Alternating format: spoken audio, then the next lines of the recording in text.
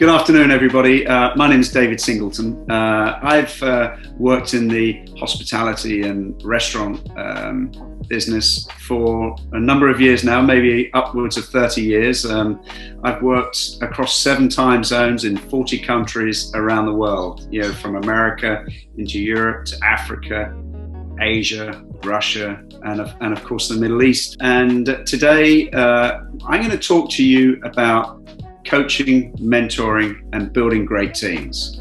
We're having a very challenging time around the world here, aren't we? And I want to try and give you some perspectives and hopefully stimulate some discussion as well, which you can come back to me with. Today's session, I'm going to do this especially for the Gates Hospitality Homeschooling. I'm delighted to be able to do this. I think this is a wonderful initiative, and our industry really is struggling. Our restaurants, our hotels, travel, tourism really is struggling. And we have to try and be better versions of ourselves at this moment in time. I often reflect about, winning hearts and minds in businesses and looking at restaurants through the eyes of the guests. But now it's not just about winning hearts and minds, it's winning hearts, minds and trust. And through coaching and mentoring, which is what I do a lot of, it's about stretching people to be better versions themselves. So we're going to do this through the Gates Hospitality Homeschooling session here. So I've got maybe 5 or 6 points that I'm going to talk to you about, and that's about coaching, mentoring, and building great teams. And that starts right at the beginning of the cycle. And I'm going to put it up on the screen here, my 5 points here, which does extract 6 points, but it's 5 key points really. And when we are building great teams, it starts right at the beginning with the selection. And this is probably your most critical time, where we must never compromise on our team selection, ever. And I've often said to my managers over the years here, where they said, David, but we can't find a great barista, we can't find a cocktail bartender. You can. In every town there are amazing people. And then that starts with your messaging, being very clear about the kind of people that you want to attract for your restaurant. When you're going through the selection process and potential candidates, they're going to be looking at your social media, your Instagram, your LinkedIn page, your Facebook page. What are the kind of messages that my potential employer is broadcasting or projecting? And it's about connecting like minds together, values together. So never ever compromise on your team selection. And I often say when I'm interviewing, would I like to sit and have dinner with this person for an hour? Because this waiter, this bartender, this restaurant manager is going to spend an hour with you in your restaurant, in your dining experience. Just think about that. So we've selected our amazing candidates, your servers, your managers, whoever they are. Our values are aligned, right? We enjoy each other's company. We then have to go through our onboarding. Now, you could have an amazing recruitment process, can't you? And we love each other. And this is where the potential for it is to fall off if you don't onboard properly. Immerse new employees into your team. Your brand induction and your culture induction is paramount. Never, ever compromise on that. So then we're on board. And then it's about growing your team, growing capability within the team, exposing servers to the bar, to the kitchen, chefs to the front, restaurant managers to the kitchen. Has a restaurant manager ever pulled a shift in the kitchen? Always do that. So then they have empathy for each other's pressures. Challenge them, stretch them, make them be better versions of themselves.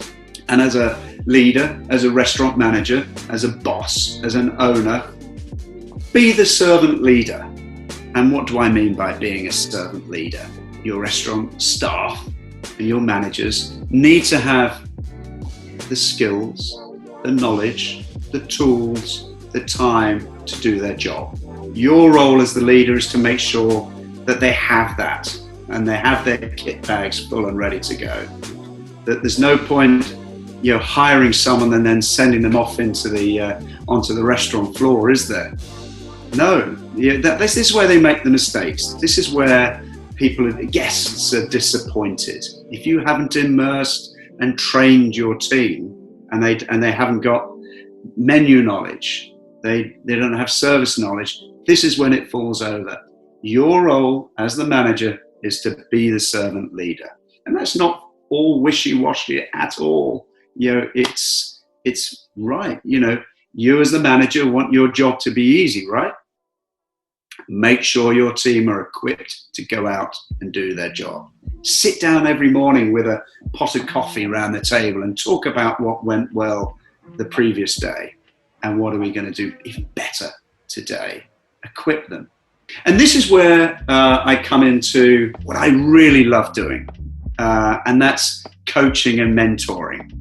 And I've done this all my life throughout the industry, as I've grown up through the industry and traveled around the world. There's a difference between coaching and mentoring. Very subtly, we're going to talk about it in a couple of slides, but very simply, coaching.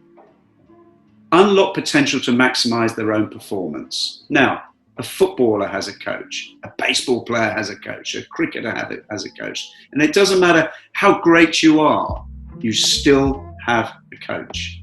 And then mentoring. Mentoring provides support and challenge, an extension of learning. And that could be perhaps you could have a mentor outside of your workplace where you can talk in confidence, perhaps with your mentor as a mentee. On my next slide here, the coaching and mentoring, the difference. What are the differences here? And let me read it to you. So, coaching is a developmental process learning to achieve a specific personal or professional result or goal. What could that be? So that could be learning how to read a P&L account. It could be learning how to do costings, thinking about succession planning, for example. Coaching is unlocking people's potential to maximize their own performance. It's helping them learn rather than teaching them. And then we go into mentoring. It provides support, challenge, and extension of the learning of one person through the guidance of other who is perhaps more skilled and knowledgeable and experienced, taking into relation the context in which the learning is taking place. I mentor people in different sectors with different skill sets. I've just, for example, come away from a session where I'm mentoring a learning and development manager. It doesn't have to be sector specific. So the importance of coaching and mentoring to build great teams. Great teams are embedded with buddies, embedded in coaches and mentoring. It's natural, it's intuitive, it's instinctive. Your job as the manager and the leader in that business or the business owner is to create that culture of coaching and mentoring to build great teams. So coaching and mentoring conversations provide a safe place for coachees and mentees to discuss issues that they wouldn't normally discuss with their bosses. I know over the years where I've struggled in the workplace and I'm thinking, I need to talk about this with somebody. How did they overcome these particular challenges in a safe place? And then you can come back into the workplace, can't you? It develops self-awareness of the coaches and mentees and brings out their latent inner knowledge. We have it all in here, and that's what I mean by latent inner knowledge. And through mentoring, if you're looking, or your mentor or your coach is working well with you, they'll be widening your network and your relationships with others around the organization, because invariably your coach or your mentor is going to be in a senior role. And coaching and mentoring really helps with talent planning and succession processes. The best managers and the best leaders have invariably grown up through and within the organization, haven't they? So you have this organic growth within the organization, but it doesn't always necessarily count. And great coaching and mentoring of managers who've been through the journey can help coaches and mentees understand the pitfalls and opportunities that might lie before them. if we can discuss and anticipate manager to an area manager, what's it like out there? You can't be a GM of 6 restaurants, can you? You can only be a GM really of 1. And what are the skills required? How do I delegate better? How do I motivate? How do I be there for them? And having a great coach or coaching or mentoring helps navigate smoother career progression paths. Really important. There's nothing worse than experiencing pain along the way, is there? It has to be a smooth journey. So that's my session, stretching people to be better versions of themselves. I hope you've enjoyed it. I hope you might have learned something. If you want to continue the conversation, you can go to my website, davidsingleton.work, and on there's all sorts of aspects of the kind of things that I do, but particularly go to the page Coach with David.